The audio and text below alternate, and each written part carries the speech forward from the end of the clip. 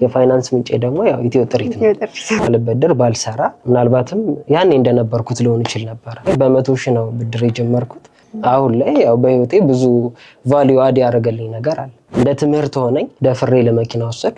ብድር በጣም ጥሩ ነው። ከውጭ ነው ሲያዩትና ተበድረሽ ስታዩ አይገናኝም።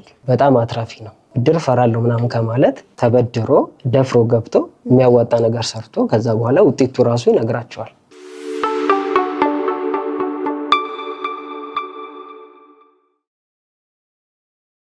ሰላም ውድ የኢትዮ ጥሪት ሚዲያ ተከታታዮቻችን እንዴት ሰንብታችኋል? ይህ በኢትዮ ጥሪት ሚዲያ የሚተላለፍ ለጥያቄው መልስ የተሰኘው ሳምንታዊ ፕሮግራማችን ነው። በዚህ ፕሮግራማችን እንደተለመደው በኢትዮ ጥሪት ቁጠባና ብድር ኃላፊነቱ የተወሰነ መሰረታዊ ህብረት ስራ ማህበር አገልግሎት አሰጣጥ ዙሪያ ለሚነሱ ጥያቄዎች መልስ የሆኑት ዘንድ ከተለያዩ የማህበሩ አባላት ጋር ቆይታ የምናደርግበት ፕሮግራም ነው። ዛሬም እንግዲህ ለየት ባለ ሁኔታ በስቱዲዮአችን አንድ እንግዳ ጋብዘንላችኋል። ይህንን ፕሮግራም ወደ እናንተ የማደርሰው እኔ መሀሌት ቢተው ከካሜራ ባለሙያ ከሆነው ከሳሙኤል አደባ ጋር ይሆናል። መልካም ቆይታ እንዲሆንላችሁ ከልብ እመኛለሁ። ብዙ ቁም ነገር እንደምታተርፉበት ተስፋ አደርጋለሁ። አብራችሁን ቆዩ። ሰላም፣ እንዴት ነህ? ሰላም፣ ደህና ነህ ወይ? እግዚአብሔር ይመስገን። በጣም ደስ ይላል። እንግዲህ ከሁሉም አስቀድሜ ጥሪያችንን አክብረህ ስቱዲዮአችን ድረስ ተገኝተህ በኢትዮ ጥሪት ሚዲያ ለሚተላለፈው ሳምንታዊ ለጥያቄው መልስ በተሰኘው ፕሮግራማችን አብረን ቆይታ እንድናደርግ ፈቃደኛ ስለሆንክ እንግዲህ በእኔም በተቋሚም ላመሰግን እወዳለሁ። እኔም ስለጋበዛችሁኝ አመሰግናለሁ። ውድ የኢትዮ ጥሪት ሚዲያ ተከታታዮቻችን ማህበራችን ኢትዮ ጥሪት ቁጠባና ብድር ኃላፊነቱ የተወሰነ መሰረታዊ ህብረት ስራ ማህበር በዋናነት የቁጠባ የብድርና የማማከር አገልግሎት እንደሚሰጥ ይታወቃል። ታዲያ ማህበራችን ይህንን አገልግሎት እየሰጠ የተለያዩ የማህበረሰብ ክፍሎችን ህይወት እየቀየረ ይገኛል። ዛሬም እንግዲህ በዚህ ፕሮግራማችን በእነኚህ አገልግሎቶች ተጠቃሚ የሆነ አንድ አባላችን ጋር ቆይታ የምናደርግ ይሆናል። አብራችን እንድትቆዩ በድጋሚ ጋብዛለሁ። እስኪ ለተመልካቾች ራስን አስተዋውቅልኝ። ጌታሰው ላመስግን እባላለሁ። የኢትዮ ጥሪት አባልና ተበዳሪ። እንግዲህ ፕሮግራማችን ለማስጀመር ያክል በጥያቄ ነው የምጀምረው። እንደው የአንተና የኢትዮ ጥሪት ትውውቅ እንዴት ነበር? ወደኋላ መለስ ስላድርግና እስኪ አስታውስን። የኔና የኢትዮ ጥሪት ትውውቅ የኢትዮ ጥሪት አባል መስራች የሆነው ከፈለኝ በስራ አጋጣሚ ተገናኝተን እሱ ነበር ስለዚህ ማህበር የነገረኝና ከዛ በኋላ እኔም ጆይን አድርጌ ብዙ ተበድሬ ለመጠቀም ለማትረፍ በቅቻለሁ ማለት ነው። በጣም ደስ ይላል። ስለዚህ በአቶ ከፈለኝ አማካኝነት ነው ወደዚህ የመጣው። የምን ብድር ነበር የወሰድከው? ብድር ከኢትዮ ጥሪት ብዙ ጊዜ ተበድሬያለሁ። ኢትዮ ጥሪት ቤቴ ነው። 4 5 ምናምን ያክል ተበድሬያለሁ። ዋው ይገርም። ለማህበራዊ ጉዳይ ማስፈጸሚያ መኪናም ገዝቻለሁ። አሁን ደግሞ ቤት ስገዛ በደሞዝ በእኔም ባለቤቴም በደሞዛችን ወስደን ለቤቱ ማስፈጸሚያ ተጠቅሜበታለሁ ማለት ነው። በጣም ደስ ይላል። እንግዲህ በአጠቃላይ የኢትዮ ጥሪት የብድር አገልግሎት በጣም ሰፊ ነው። እንዳልከውም ለማህበራዊ ጉዳዮች ማስፈጸሚያ፣ ለግብርና፣ ለንግድ፣ ለመኪና፣ ለቤት፣ ለተለያዩ ጉዳዮች አባላችን ይጠቀማል ብሎ ላሰበው ሁሉም ይሰጣል በተገቢው መስፈርት መሰረት ማለት ነው። እና እጅግ በጣም ነው ደስ የሚለው። እንግዲህ ብዙ ጊዜ አንተ ብድር ወስደሃል፣ ተጠቃሚ ነህ ማለት ነው። ይህ ደግሞ የሚያሳየው የአንተን ውጤታማነት ከማህበሩ ጋር ያለህን ጠንካራ ግንኙነት ነውና በጣም ደስ ይላል። እንደው ይህን ብድር ስታገኝ እንዴት ነበር ያገኘው መስተንግዶ? እንዴት ነበር ከማኔጅመንትም አንጻር ከሰራተኞቹ መስተንግዶ አንጻር እንዴት ነበር የተቀበሉ?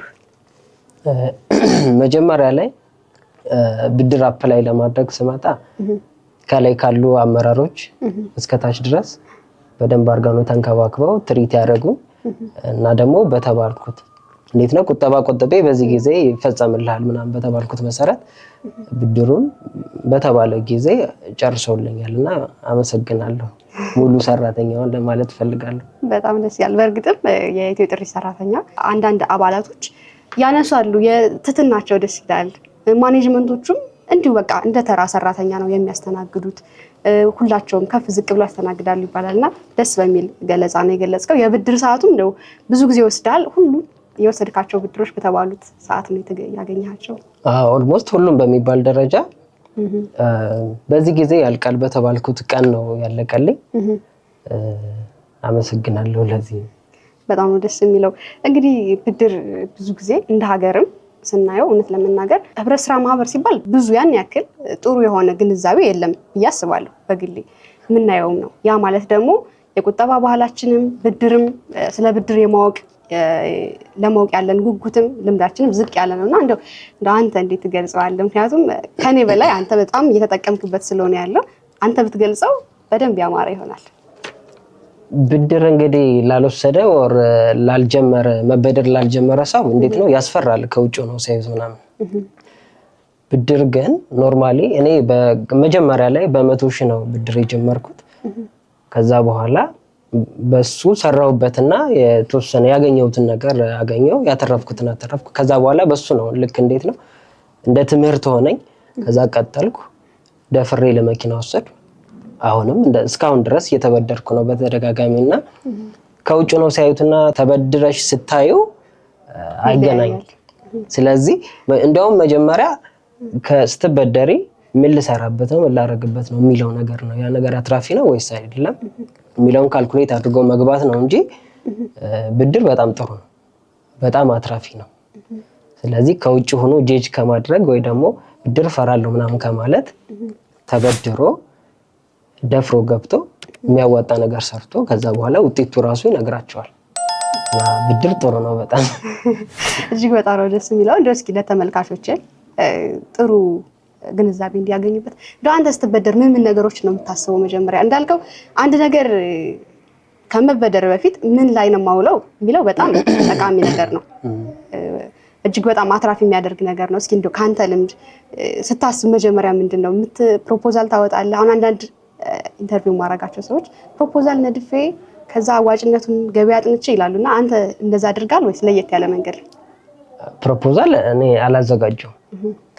እንዲሁ ግን መጀመሪያ በዚህ ብር እንደዚህ አድርጌ የሆነ ነገር ሰርቼ አተርፋለሁ ብዬ ካሰብኩና ያ ነገር የምሰራው ስራ አዋጭ እንደሆነ ካየው፣ ለምሳሌ የሆነ ሰው እየሰራው ሊሆን ይችላል ያንን ቢዝነስ፣ ያ ነገር አዋጭ ከሆነ እንትኑን ጥናት አደርጋለሁ አይደል? ማርኬቲንግ ገበያውን ጥናት ካደረኩ በኋላ ፋይናንስ ወደማገኝበት እንትን ነው የምሄደው።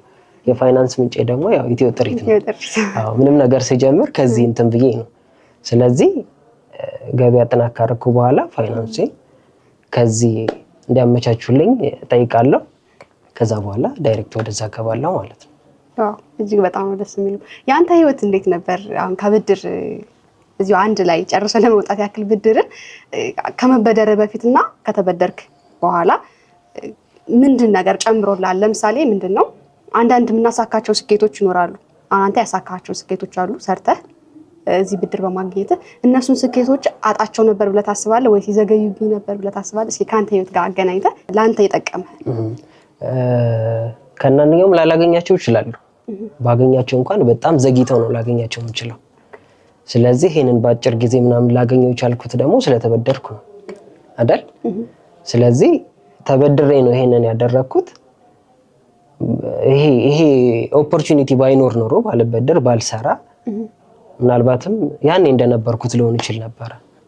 አሁን ላይ ያው በህይወቴ ብዙ ቫልዩ አድ ያደረገልኝ ነገር አለ፣ ብዙ ነገር አትርፌበታል። በጣም ነው ደስ የሚለው። በዚህ ብድር ወስደህ በሰራው ስራ ብዙ ጊዜ ወስደሃል እንደነገርከኝ፣ ለማዋሪያ ብድሮች ለመኪናው ብዙ ጊዜ ወስጃለሁ እያልከኝ ነውና የስራ እድል የፈጠርክለት ሰው አለ ካንተ ቤተሰብ አልፎ? ሌላ ከኔ ቤተሰብ አልፎ መጀመሪያ ብድር ገና መጀመሪያ ላይ ሲጀምር ያኔ ፈራ ተባ እያልኩ የተበደርኩ ጊዜ የተወሰነ ካሽ ምናምን ጨምሬ ከኢትዮ ጥሪት ትንሽ ጨምሬ ነው ለእህቴ ባጃጅ ገዛሁላት። ለሷ የስራ እንትን ጀምራለች። አሁን እስካሁን ድረስ እየሰራችበት ነው። በባጃጅ የምትተዳደረውም በዚህ ነው። ዋው በጣም ደስ ይላል። ማህበራችንም እንደዚህ ነው ማድረግ የሚፈልገው። አንተ ደግሞ በደንብ ተወጣሃል ማለት ነው እንደ ማህበር። አዎ ከራሴ ህይወት ባለፈ ለሷም የሆነ ነገር ጨምሮላታል ብዬ አስባለሁ። በጣም ደስ የሚለው። ቁጠባንም መጀመሪያም ላይ እየገለጽነው ነበርና ኢትዮ ጥሪት ቁጠባና ብድር ኃላፊነት የተወሰነ መሰረታዊ ህብረት ስራ ማህበር ብድር ቁጠባ የማማከር አገልግሎት ይሰጣል በዋናነት። አንተ ደግሞ ብድር በጣም በተደጋጋሚ ወስደሃልና ስትበደር እንደ ህብረት ስራ ማህበር ግዴታ ትንሽ ገንዘብ ቆጥቦ ከዛ ነው በሰፊው የሚበደሩትና ቁጠባ እንዴት ነበረ? የቁጠባ ባህል ምን ይመስል ነበረ? ቁጠባ መጀመሪያ ከመበደሬ በፊት ቁጠባ ነበር። አሁን እንደውም ብዙ ሰው መበደር ብቻ ምናምን የሚመስለው ሰው አለ። ልክ እንዴት ነው ባንክ ሄዶ እንደሚቆጥበው ብር አስገብቶ ኢንተረስት ምናምን እንደሚያገኘው ሁሉ ተበድሮ ማትረፍ ኢንተረስት ማግኘት ይችላል። ከዛ በኋላ ደግሞ ብድር አፕላይ ሊያደርግ ሲፈልግ ቅድመ ቁጠባ የሚባል ነገር አለ አይደል? ለመበደር እሱን ነገር ለማግኘት በቀላሉ 100 200 ምናምን እያለ እየቆጠበ ባንዴ አሁን ለምሳሌ ዛሬ የሆነ ሰው ብድር አፕላይ ማድረግ ፈለገ። ስለዚህ የሆነ 100,000 ሊበደር ቢፈልግ 25,000 አስገባ ይባላል ቅድመ ቁጠባ። ያንን ብር ግን የዛሬ አመት ምናምን ጀምሮ 10 20 ምናምን እያለ ቢያስቀምጠው ኖሮ ዛሬ ላይ ለዛ ብር የሚጠየቀውን ቅድመ ቁጠባ ሊሞላለት ይችላል። ሲቀጥል ደግሞ ትንሽ ብር ነው አስገብቶ ያንን ብድር ሊያገኘው የሚችለው። ስለዚህ እኔ በፊትም ከመበደሬ በፊት መጀመሪያ ቁጠባ ነው የምቆጥበው። ቆጥባለሁ የሆነ ጊዜ ላይ ግን ቅድመ ቁጠባ ይሄን ያክል ብር አስገባ ምናምን ሲባል ካሽ ባይኖርኝ ያኔ እየቆጠብኩት የመጣሁት ብር ምናምን ስላለ እዛች ላይ የተወሰነች ነገር ጨምሬ ብድሬን ፕሮሰስ አደርጋለሁ ማለት ነው።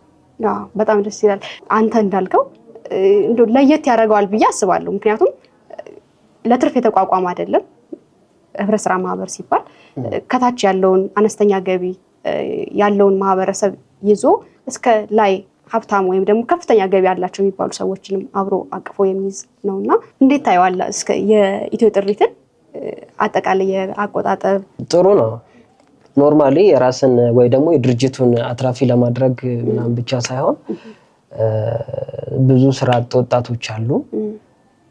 ስራ መጀመር ግን ያንን ስራ ለመጀመር ደግሞ ኢኒሻል ካፒታል ቆጥቦ ወይ ደግሞ ያንን ነገር ለመጀመር መጀመሪያ ፋይናንስ የሚያደርጉት ነገር ላይኖር ይችላል። ስለዚህ ትርፉ ላይ ብቻ እንትን ከማለት ይሄ ማህበራዊ በሆኑ ጉዳዮች ላይ መሳተፉ በራሱ ከሌሎች ለየት ያደርገዋልና በጣም ጥሩ ነው። ህብረት ስራ ማህበር በጣም ጥሩ ነው።